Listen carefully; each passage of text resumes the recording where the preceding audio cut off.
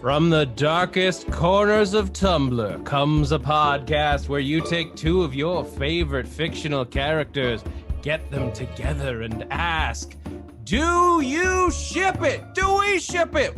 Does anybody ship it? Because we're asking some crazy questions, and we have some fun stuff to do today on Ships in the Night. I'm Zach Wilson. We've got Greg Goodness over there.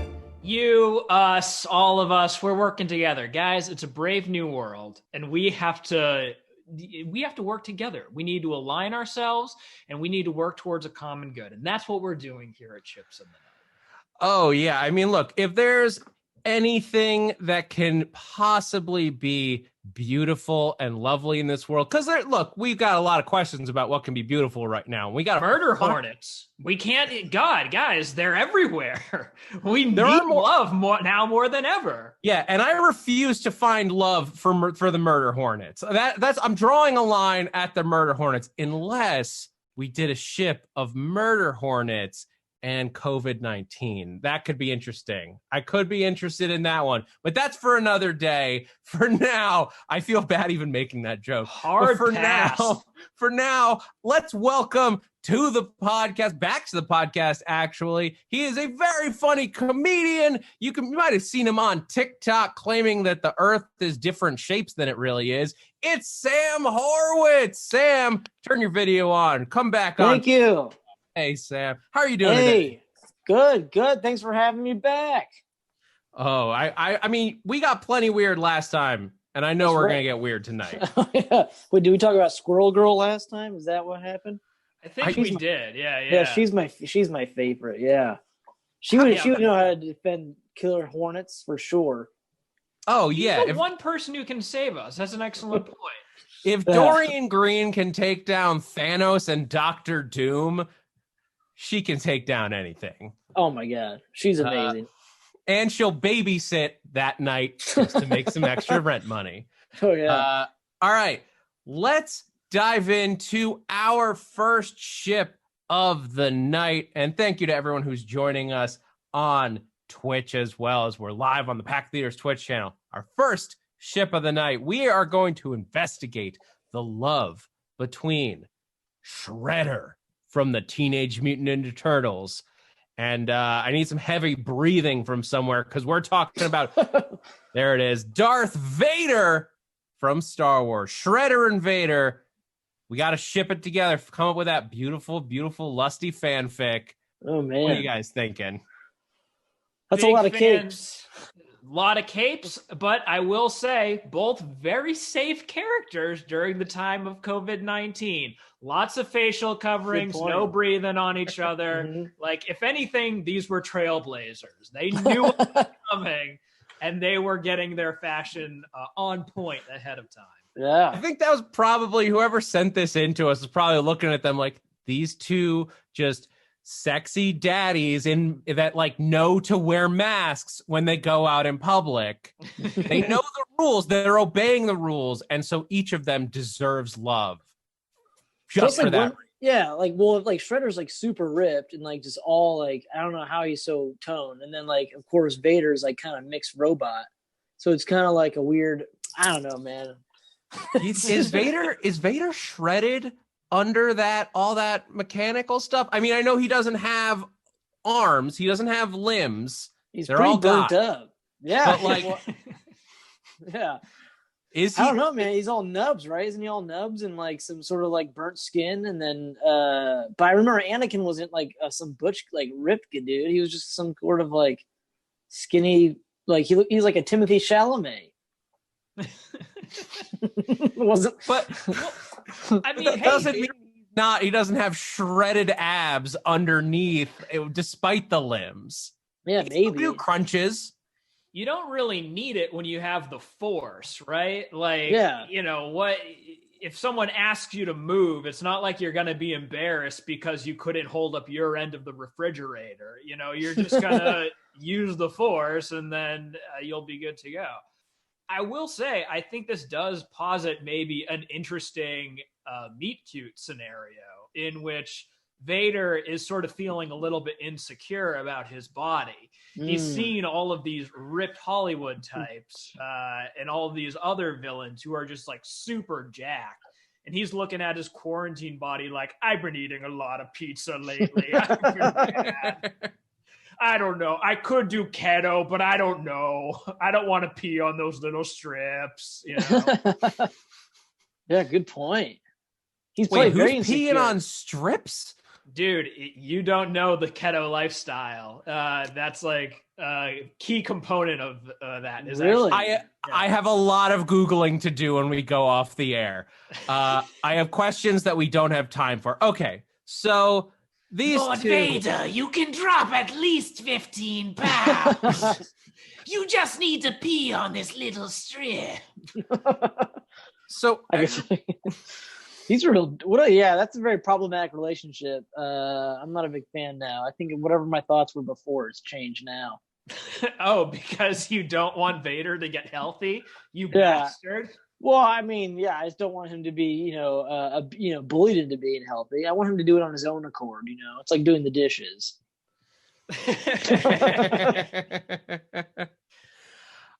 I don't even know how to respond to that. I mean, look, Shredder is basically made of dishware and dish rack, like just general stuff. So is Shredder and Vader going to work as a couple? Like, how do they get together? How does this all work? Greg, I think you have ideas.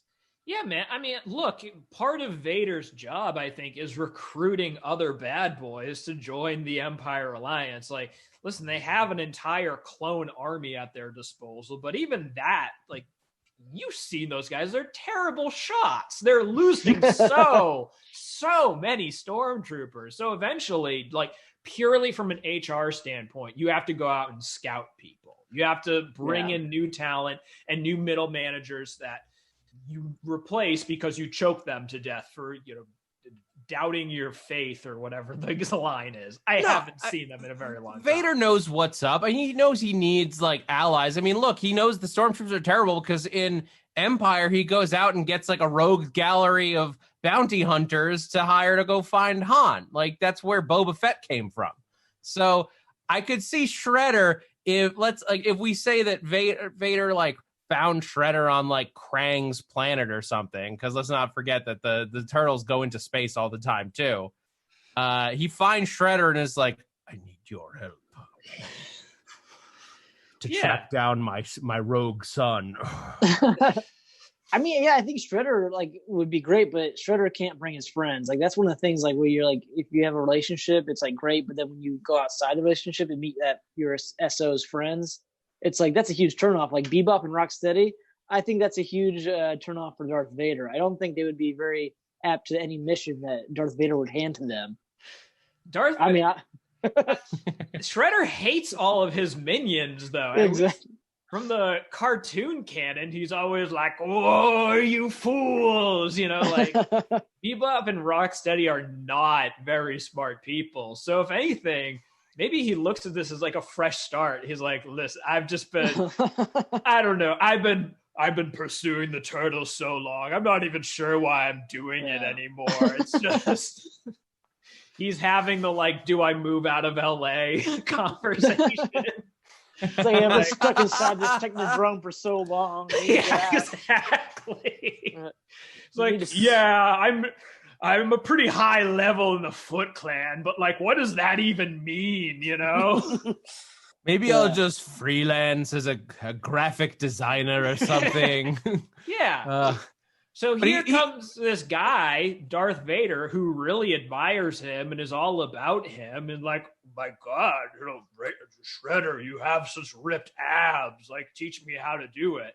I think that might be very intoxicating to Shredder for someone who has failed at his primary mission of trying to kill teenagers for so long. He's Teenage turtles. Yeah, but like nonetheless, teenagers, which frankly, if they're turtles, that's even, you should have an easier time killing them. That's as simple as getting one of those like 6-pack rings from a pack of cola. You just throw that through and like problem solved. That's a good point.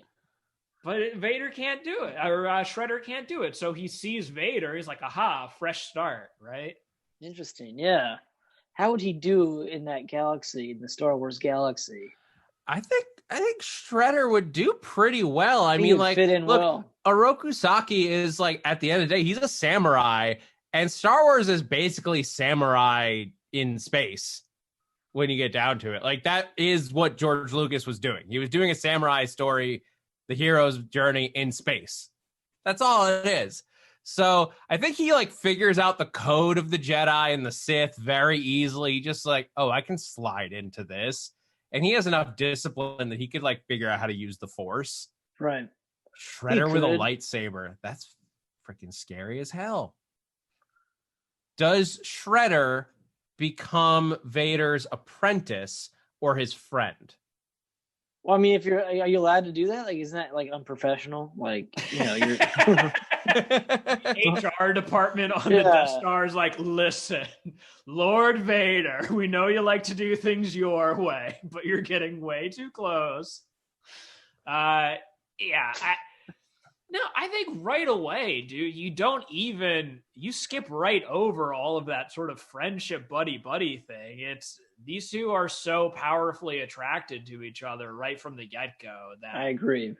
They are both scarred. Oroku Saki's like, look at what this rat did to me. I look terrible. And then like, oh, let me show you. Steam pops out. He goes into his little pod chamber and like everything comes off. He's just more man than machine. Shredder's just looking up at him, takes off his mask. I've never seen anything so beautiful. Oh, God. So is Oroku Saki, that's his real name then? I didn't know this. Yeah, that's Shredder's human name before he put on the mask. Interesting. Oh, man, we could have thrown Bane in here, too. That would have been cool. But yeah, that's his. Depending on the canon, he like if you go with live action Ninja Turtles, Oroku Saki was just like a rival, sensei in Japan to Splinter's master. If you go with the last comic book or current comic book run, they were like samurai in Japan, and then he murdered Splinter's family when they were all human, because Splinter had 4 human children, and then they got reincarnated as the Turtles. I'm getting off track. Interesting. That's some weird. That's not part of my canon that I grew up with in the 80s. So, and there's the animated show, which like I don't even remember at this point. There's too many different timelines in my head. Okay, yeah, that's true canon. I feel like the 80s and 90s cartoon. That's one we should go off of. And the movies. I mean, well, that's not what this is about. This podcast is not about what should we do with the canon of Turtles. I'm not sure the context, but I'm going to drive us back towards the fornication in front of us, because Florida Man Gamer in the chat says that everyone in Florida is mad at us. Why? Because Anakin was ripped, yo. No, he was like very like bland. I mean, come on, like even the cartoons, he's very like. I mean, his face is kind of chiseled, right? He's got that butt chin, but like other than that, dude, the guy is like, he's not ripped. He's not like a huge beast of like he's not Shredder ripped. Like Shredder is. That guy is like, yeah. Well, Anakin might be ripped if Shredder forgets to take off his claws. Is all I'm saying. I'm sorry. I don't know what came over me. Okay, so these two start going at it in Vader's like chamber pod thing after he takes off his armor, and they're just like so attracted to scars. These two have a weird scar fetish. Well, that's a big step. Honestly, that's a big step. If Shredder gets into his pod, into Darth Vader's pod, I feel like it's a very personal step, because Darth Vader doesn't let anybody into that pod. Oh, yeah. That pod, he opens it up, Shredder climbs in, and it just closes back down. Don't look at me. That's sexy as hell. But okay, so these two hook up, but where does the relationship go from there? Greg, what do you think? Does it go steady? Do these two start working together and sleeping together on the side? I don't know. I mean, I think that is the problem, is that they don't work together. This was initially a recruiting mission, but now you have Vader and Shredder just hopping between the pod and having sex, and then heading over to the gym on the Death Star and trying to get ripped and like buff each other up a little bit. So like, meanwhile, there are just a bunch of middle managers and stormtroopers running around the Death Star who aren't getting choked out, who are, you know, not, they have a disturbing lack of faith that is not being corrected. And it just sort of disintegrates from there. Like their personal lives disintegrate. They're really happy with each other, but they forget about everything else. Oh, that's real dangerous. That's real dangerous to a happy relationship, because eventually you wake up and realize what you've done, and then you're like, oh, and you start blaming the partner. It's not their fault, but you start blaming them, and that just leads to fights. And in this case, those fights might get violent. Well, I think Darth Vader has not gotten over Padme. I think he's hung up on her, and he'll never will let go of her. So that's a problem right there. Oh, this is a rebound. Yeah, I mean, he's got some deep love for that girl, and it's I mean, he made 2 babies, I guess, right? He doesn't know that though, right? I guess not. He only knew about the one. Only knew about the one. He's forcing Shredder to stay out of the sun just so that he can become as pale as humanly possible. He's like, listen, that helmet looks good on you, but you know what would look really great? Here, put this on. Oh man, Shredder starts to realize that like Vader's like kind of trying to replace his ex, not be in a new relationship. How does Shredder feel when he finds that out? Is he okay with just being like, basically just being there as like somebody to have sex with while Vader gets over Padme?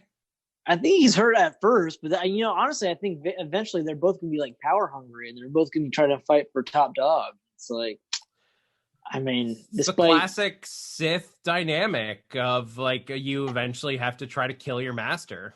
Seems to be a trope. It's a thing that happens in the Sith. Oh I man, can definitely see that. Yeah, Shredder has so much experience leading the Foot Clan that eventually there is going to be that dynamic of like, listen, this guy can't even get his stormtroopers to shoot straight.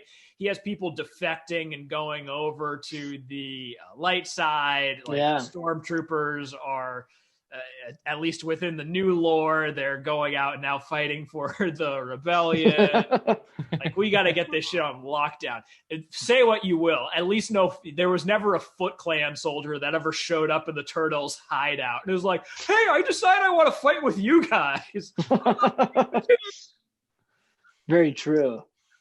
Well, like in the cartoon, were they robots in the cartoon? I forgot. The Foot Clan? Oh God, who knows? They're just I don't remember. I thought they were still people. I think in the movie they're people. In the cartoon they're robots.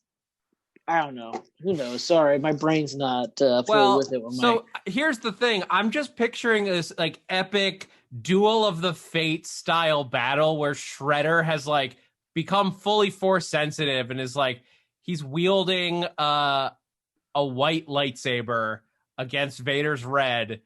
I'm just going. Houses himself in the ooze. Like that's gotta be for the final battle, right? Oh yeah. Listen, Shredder does or Vader does? Shredder does. He's like, listen, I can't keep up with this force stuff, but my God, you get me a little bit of ooze, I'm gonna go. Super Shredder, which is what he's known as once he steps into the ooze. That's crazy. That'd be awesome. Super Shredder versus Vader. I still want to give Super Shredder a lightsaber. Yeah. Even if he's not as powerfully force sensitive as Darth Vader, just because it's going to look cool. So these two, it's just an epic battle to the death. That's how this is going to end. One of them is going to die. Which one is it going to be? Sam, what do you think? Who do you think wins that battle? We'll go around the horn. I think most definitely Darth Vader is going to win, because even though he's not as ripped or his stormtroopers suck at shooting, I think he's got the force and he's just overall more intelligent, I think. Honestly. Interesting. Okay. I feel this is just definitely an epic battle where I think they're like they go at it with the sabers and they're going back and forth. Because Shredder, remember, is like a super well-trained martial artist. So I think and then once he becomes Super Shredder, he's just like moving like lightning fast, dodging all of Vader's attacks. Eventually, he gets his claws and destroys Vader's lightsaber. Ooh. It's like cuts through it. The like kyber crystal falls to the ground. But that's when Vader is just like, enough. And just fucking lightnings the shit out of that metal covered man. Oh yeah, he is a human lightning rod. Yeah, yeah. Extremely problematic for this.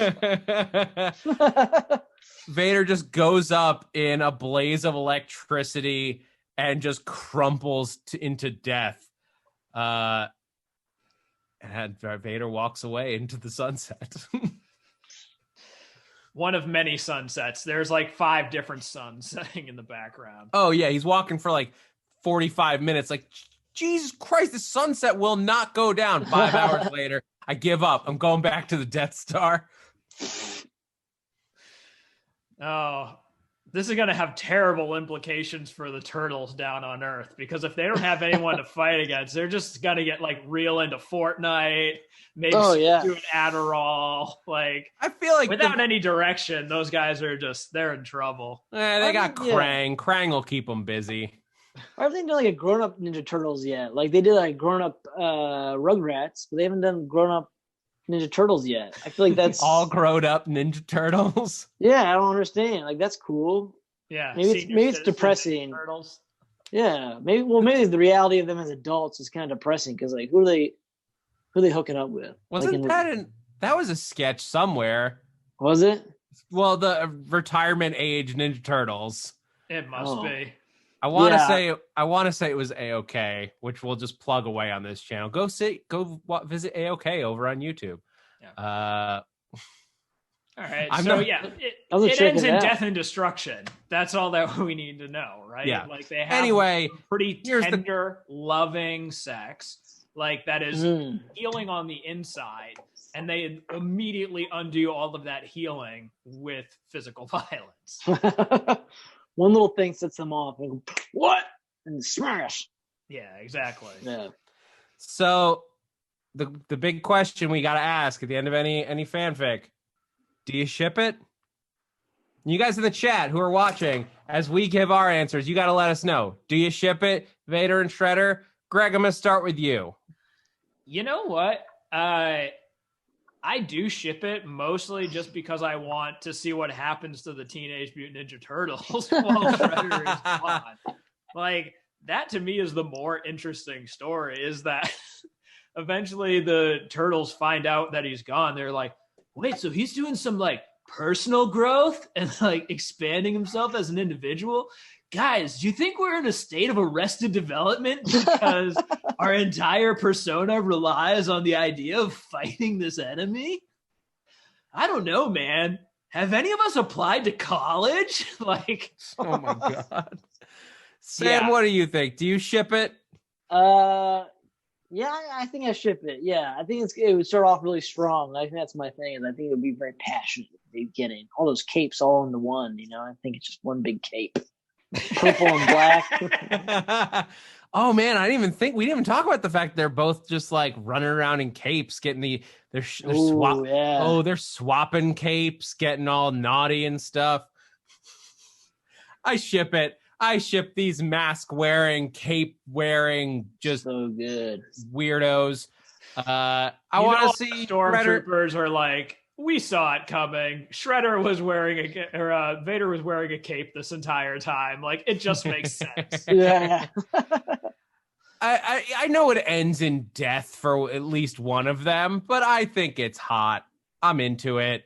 And our chat is into it too, or at least, well, they have opinions on it. Those are two very different things, Zach. Nomad has an opinion. Nomad Foy says Shredder beats Vader. Disagrees with our thoughts on the battle. Interesting. However, Florida Man Gamer says Vader wins because of abs. That's the one body part he can work out, so it's just super fucking chiseled. And Nomad Foy says it ends horribly one way or another, but he ships it. All right. Nice, We're all nice, agreed. nice, We nice. ship it, Vader and Shredder.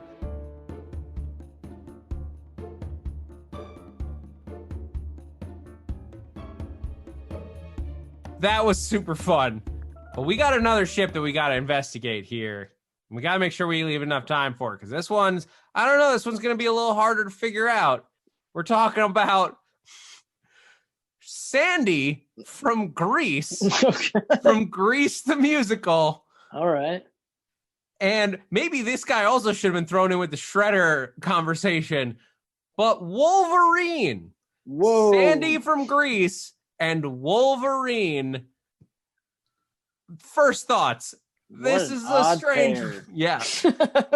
But isn't she? But she's like a teenager, right? And he's like 200 and something years old. Like, first off, that's illegal. So 18 for the purposes of the podcast, Sam. Okay. For the purposes of the podcast. It's like our Sandy was a high school senior. She was 18. That let's at least hope and pray. Okay. Let's hope. Yeah. Also, that actress was at least 30. But still, like 30 years old, and then like, you know, didn't Wolverine like serve in World War One? Like, the guy is like ancient. Like, I think Yeah, but his memory's only like 30 years old. So, what is even age? Alzheimer's. Okay, so I'm gonna tell my grandpa he can date my girlfriend because he's his. Never mind. That got into some interesting. That took it into a weird direction. I'm gonna just go back to the task at hand. Is Sandy gonna fuck Wolverine? That's what we're asking here. Yeah, because here's the thing: Wolverine, especially if you're looking at like the X-Men movies, Wolverine, he's running around in that leather jacket, and I think Logan just rolls into town in the 70s, because we'll put this back in the 70s. Or no, Grease is in the 50s. Yeah. So Logan's not even that old. He's only like 70 at that point. Only 70. But so Logan rolls into town wearing his leather jacket on a motorcycle, and he just makes all those greasers look like trash. Oh my God. Yeah, absolutely. The greasers are all just like doing crazy songs and like doing choreography and messing with their hair. And Wolverine just comes by and sideswipes them on a Harley Davidson, sticks out his claws, just like stop singing. Ruins their shit. Yeah. Well, here's the thing though. Okay, I do agree. Yes, Sandy, very much into bad boys, and Wolverine, ultimate bad boy, very dangerous, both, you know, emotionally and physically. Oh yeah, minute one, he gets into a huge fight with like Zuko and all the greasers, but he lays them all out in like, just like, you should have left me alone. Yeah. Doesn't kill him, but he lays them out. Well, I mean, is she into bad boys? Because like Danny was like, you know, he was kind of like was it Danny? I don't know. Anyway, he was kind of like a nice guy. Like in the summer, he was like a super romantic, nice. Like, he wasn't a bad boy. Like, he was kind of like just a nice romantic guy. And I think she's like into just sweet dudes, you know? Because like then like in the end he tries to like flip for her. It was like a weird. I forgot the whole. I don't know. The whole movie's weird anyway. Plus Wolverine's kind of like a little sweetheart anyway. That's why I think she's really into him, because she senses that there's like a good, nice boy hiding under that adamantium outer skin. Oh yeah. He's a little puppy dog. He's a little baby. And pup. I think he shows her a lot of like affection. Everyone's like, maybe he thinks that she was in trouble because she's like, why are you hanging around all these asshole gang members? Yeah. He sees a woman in distress and is just like, he just goes into X-Men mode immediately of like, this poor woman is in trouble. All these hoodlums with leather around this poor nice woman. You know, that Zach, God, I never thought of that, but that is such a great and Sam too. That's such a great point that Sandy falls in love with the very sweet John Travolta, but by the end of the movie, she completely changes her identity. Yeah. So that she's a bad girl. It makes no sense. Why would she do that? Yeah, I forgot. Because she realizes you got to just live life to its fullest, and there's no need to be a nice rural urban girl. You got to be an urban girl, not a rural girl. I don't know what I'm saying anymore, but you get it. Listen, we're ignoring the elephant in the room, or should I say the greatest showman in the room, because as we all know, Hugh Jackman is Wolverine. He just is. Like, it's iconic. He's committed to film as Wolverine.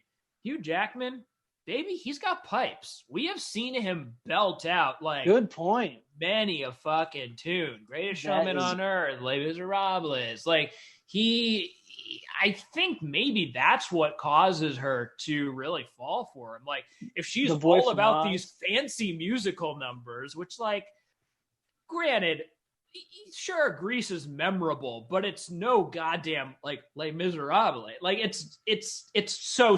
It's middle of the road.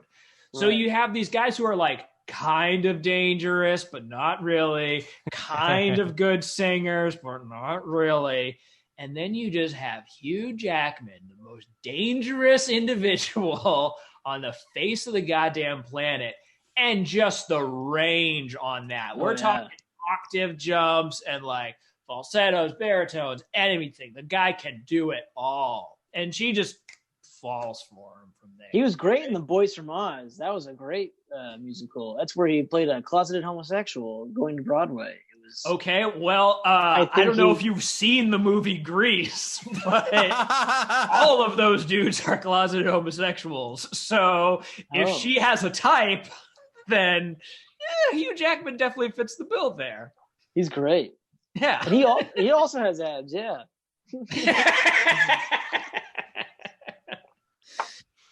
Well, so I can see this. I mean, I would have to imagine, though, that even for, like, the pink ladies, I think that Wolverine is going to be way too extreme, where they're like, it's okay to have, like, a boy who smokes clove cigarettes, but I don't know if you want someone whose bones were replaced with titanium.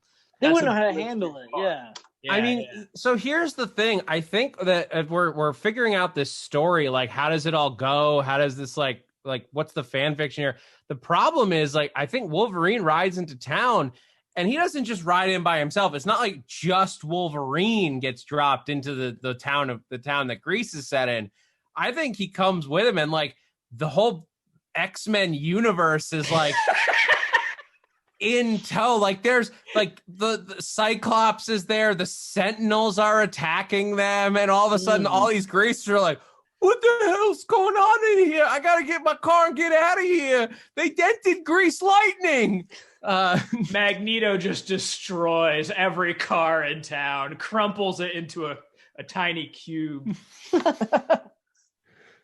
Oh my God. That helmet guy done smashed up my car, Danny. I gotta see them try to sing their way to like a fight, you know? Just snapping their way over towards the Juggernaut, who immediately crushes all of them. Don't use your powers on me. Don't you use powers on me. Yeah. But yeah, these two, like, because they're in that town, everything turns into a musical through some unknown force. Some unknown mutant is causing the whole town to sing show tunes. Because there always has to be some weird supernatural excuse for people to start singing, like the Buffy musical. So they're just like rolling to town. It's like, Sentinels had me a blast.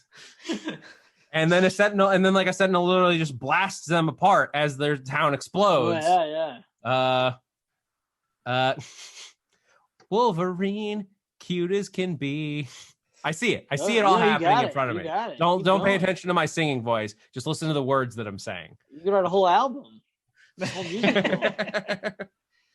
X-Lightning. Yeah, X-Lightning could be, you could do a spin-off of a X-Men Grease musical with all the characters from X-Men in a musical. There you go. Oh man, that is dude, there's so many X books, X-Lightning, about nothing but freaking mutants driving cars from the 50s. absolutely will. Marvel picks it up in a heartbeat. $1 million idea. Well, it goes like 8 issues before they cancel it, but like it was like a really like cult favorite, and people are talking about it for years afterwards. You'll see 20 years from now when they run out of all the other Marvel ideas, they're gonna come back and they'll be like, someone's gonna look at this podcast and be like, man, those guys were onto something. Go X Lightning, go X Lightning. Professor X just rolls up and the guys are like, Hey, Gramps, how fast can you go in that thing? We gotta get you flying. they just paint little flames on the side of it. Oh my god, I want to see this now. This is something I'm into. It has 2 favorite genres. So I think what it is that like they're fighting all this stuff. They're like the Brotherhood of Mutants versus the X-Men. They're tearing this town apart, and Sandy almost gets caught in the crossfire, and Wolverine has to save her like 6 times over the course of a day, because Sandy's just like, this is early Sandy where she's still like the like poodle skirt wearing like cute girl, and she's like helpless. And then over the course of this time, as she has to keep fighting, she learns that she has to stand up for herself. Is Sandy a mutant?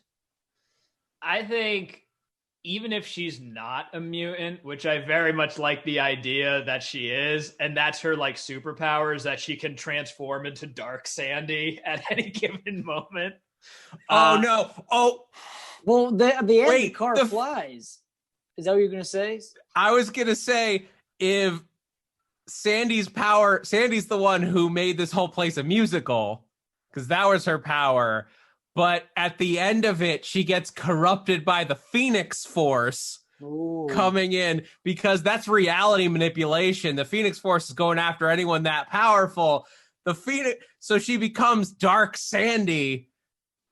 And at the end of this movie, it just is like covered in Phoenix adorned leather. And then she makes the car fly because she's going back into space with the Phoenix Force. I can see that. Yeah. And look, she would be super into the whole mutants, right? Like she is fighting on their behalf because she's like a goody two shoe, right? Like she would absolutely be on the side of justice and like making sure that mutants have their rights. So yeah, I can see this, of that she would fall in with Wolverine very quickly. I love this. This is like, I'm sad that this won't be a real movie because I want to watch it so bad. Never say never, man. But here's the question: how does this sort of like go at the end for Wolverine and Sandy? Because we painted this great mashup of these two universes, and Wolverine saving the day. She becomes Dark Sandy, and Wolverine's gonna have to help take her down. And like, maybe not. Maybe he has to help her. What do you guys think that the end is? Do they ride off into space together in X Lightning? Or does this crash and burn? Does Wolverine have to kill her to save the day and stop everyone from singing? Because God knows we don't want to hear Scott Summers' voice. He's got a good voice too, right? Wasn't he in Hairspray? James Marsden? Oh, maybe. Oh, that was James Marsden. Who's the guy who played Cyclops? He was in Hairspray. No, that's James Marsden. Yeah, there are a lot of musical. James Marsden's great. Scott Summers is kind of a piece of shit. Which one's a very musical group. I like this. So that's the big question at the end of the day: is do they ride off into the sunset together, or does Wolverine have to kill her to save the planet? No, man, I like the positive ending of Grease. I like that she hops on the back of his motorcycle, flies off into the sunset. Like, it's excruciating for Wolverine because she's basically tugging up on his bones, and that's the way that the thing is flying. But it's just too perfect. Like, these have they're marrying their beautiful voices with their beautiful mutant powers and creating a whole new genre, the musical superhero genre. I mean, shit, we all saw how great Dr. Horrible's sing-along blog did. Like, Jesus. And then how bad Spider-Man... Yeah, well, Spider-Man made a musical. Uh-oh. Listen, don't invalidate my premise, please. No. But which I saw on Broadway. No way. It was beautifully terrible. There was a song about a spider that I saw too. There's like a woman somehow like the mother of spiders like sings to him. It was a weird thing. I didn't get it. That did happen. That did happen in that musical. But there was some cool like acrobats that happened. Luckily, no one got hurt because that was a thing that happened. Some Broadway actors would disagree with you. Turn off the Dark Phoenix. Had to get it in quickly under the wire. I know we have to move on. Oh, sorry. Yeah. We do. So I gotta ask, and chat again, get in on this. Do you ship it, Sandy and Wolverine? I know I do. I'm so into it. I think these two just go up. I want to see 5 of these movies of them just invading different musical universes and singing about mutant powers. Please. Greg? Yeah, fucking absolutely. I mean, please. My favorite movie of all time is Cats, and the only way that we could improve upon Cats and the music and all the beautiful choreography is by injecting it with superpowers. Like, let's make it happen. Sam, what do you think? Absolutely. I think this is like one of those like long-term, like they make the Notebook kind of movie out of this love. I think it's so strong. Yeah. It's like, yeah, they end up getting married, and there's a little tough here and there, and maybe he he cheats on her once or twice, but then they stick it out. So that's my theory. She's got her cigarettes at the end of a stick for some reason, and he's just smoking a cigar, and they were right off into space. I'm into it. I'm so into it. That was a great suggestion. Whoever sent that to us, beautiful. I'm so excited. I'm just like, I don't know how I'm going to forget that one. I'm going to go to sleep just dreaming about singing mutants. Marvel, Disney, you have the rights to Dazzler now. You can do this. Make it a thing. Disney, what else are you doing?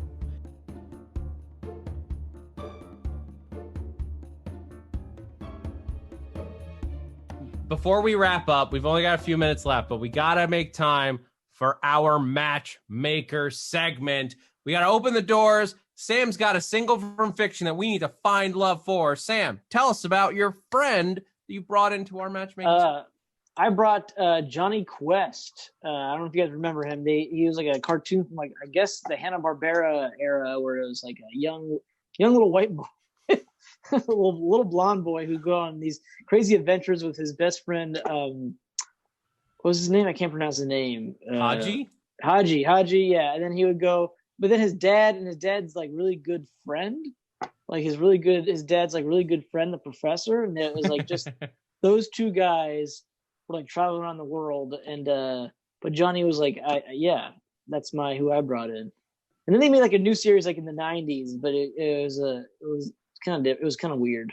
Yeah, we don't have to worry about that one. Yeah, not like the original series. It was totally wholesome and fine. No, the new one had like Native Americans, and then the Native Americans were supposedly like aliens. They said Native Americans were aliens from another planet. That's why it was just like very weird and off. Let's pretend that didn't happen and find love for Johnny Quest. I think we've got some great options here. Greg, do you want to take this one or should I? Yeah, I'll lead it off. All right, Greg, go ahead. So what we know about Johnny Quest is that we all loved it in childhood, but now as adults, we realize there's some problematic stuff in there. It's a lot of child endangerment. It's not very good for his development. So I want to pair him with another childhood icon that only as adults we realize not great. I'm speaking, of course, about Ronald Mcdonald, the clown that everybody loves and thinks is so fun and goes on all these magical adventures in McDonald land. But as adults, we know that this is terrible. There's too much cholesterol. There's way too much salt. It's all horrible marketing towards kids. And even if they had a successful toy line, like both McDonald's and Johnny Quest did, it's just bad news bears for all these people involved. And you know what? That's what they need out of each other. Interesting take. Already lost it. Can tell right away. Zach, please. Well, we always want to make sure there's multiple options for you here tonight. So I was thinking about I think somebody else might be the perfect match for your boy. Because I was thinking about, what does Johnny Quest need? He needs somebody who gets his lifestyle, who gets what it is to be on adventures, go into tombs, and just live free on the road all the time. Like, there's no place to call home except wherever you find yourself that day. That's why I'm talking about Short Round from Indiana Jones. I think Short Round and Johnny Quest just understand each other on a fundamental level.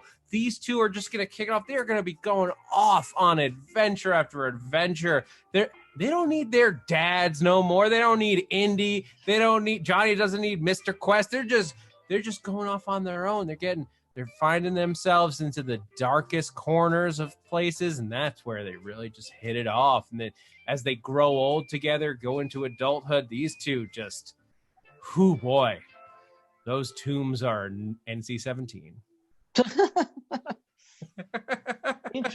Interesting. That's an interesting take. I never thought of him. I don't know. I feel like they'd be good friends. So what? Well, do you have any questions for Greg or I on our two picks before we move into the rebuttal round? Okay. So if Johnny was to date Ronald McDonald, would they only eat at McDonald's? Sounds like they would only. Can he go to Burger King? Is that a faux pas? Can he do Taco Bell? Okay. And do you have any questions for Zach? Short Round. I thought Short Round, didn't he stay at home? I thought he ended up like he would. I don't know much about Short Round, so so I'm good. Yeah, no questions for Short Round. Okay, I got this. Zach, cue me up. Go for it. No, they don't only eat at McDonald's because you've caught them at a point in their lives where they have both moved past their traumatic past. They are on vegan. They go for long jogs every morning, getting up at 5, eating lots of quinoa. Like, they're two people with extremely damaged pasts that have managed to come together and better themselves through bettering each other. And I think that's the key. I like you're that. Seeding your time. Yeah. I just can't hear it very well. Fair enough. Okay. I got a response to this. See, Here's the thing. Short Round, like, yeah, they're friends, but at first, but like they just connect with their Short Round's out on adventures. Like he's with Indy for Temple of Doom, but then we don't know what happens to him. I think he meets Johnny Quest and hits it off. And Johnny Quest, I don't think he could go to McDonald's exclusively because I looked it up. He's got Pizza Hut toys. You can't go to McDonald's only if you got Pizza Hut toys. That just isn't going to fly with Ronald McDonald. That's all what I'm makes saying. it sexy is it's forbidden love. Well, Sam, as we wrap out here, you got to set your friend up with one person. Who is Johnny Quest going to go out on a date with? Is it Ronald McDonald or Short Round? Oh, what a tough round this was. But yeah, such good choices. I'm gonna have to go with Short Round. Sorry, Ronald. Sorry. That's okay. Listen, sometimes you swing big and you miss big, but you know what? I regret nothing. Hey, now you made me hungry for some McNuggets. Well, be safe. Order in. Sam, thank you so much for joining us on Ships in the Night. This was a blast. I literally need to go sing some X-Men show tunes. Never getting out of my head. Thank you so much. If people want to keep up with you on the internet or anywhere else, where can they go? Yeah, you can follow me on Twitter and Instagram, which is both SS Horwitz, HORWITZ, or TikTok. I do like dumb stuff on there, so come find me. Same handle. All right. That's it. Easy peasy. Greg, easy where can peasy. I find you? You can find me on the tweets at Greg Goodness. You can also find me performing when it's open occasionally at the Pack Theater in beautiful, sunny Hollywood, California. And I'm Zach Wilson. You can find me on Twitter and Instagram at that Zach Wilson. If you're watching us live on Twitch, be sure to follow the Pack Theater's Twitch channel. If you can, subscribe. Use that fancy Amazon Prime subscription because it doesn't cost you anything. You get one free Amazon Prime subscription a month. Just re-up it every month. If you subscribed last month and forgot to, go click it again. You could do it every month, and it literally helps the Pack Theater stay open. Like, we're trying to keep the theater going even while we're in quarantine. That's what the Twitch channel is here for. But you will help us stay alive for when the Pack Theater is able to open up. So subscribe to the channel. Donate to the theater on Venmo at Pack-Theater. Seriously, you don't realize how much it helps. Literally keep those lights on because I don't think Alyssa turned them off before we close the theater. And it's running up the electricity bill in all kinds of ways. We need to keep those bills paid. But until then, you can follow the podcast on Twitter and Instagram at ShippingPod. And you can find all of our episodes backlogged wherever you get your wonderful podcasts. You can find Ships in the Night. Until next time, guys, this is Ships in the Night, casting off.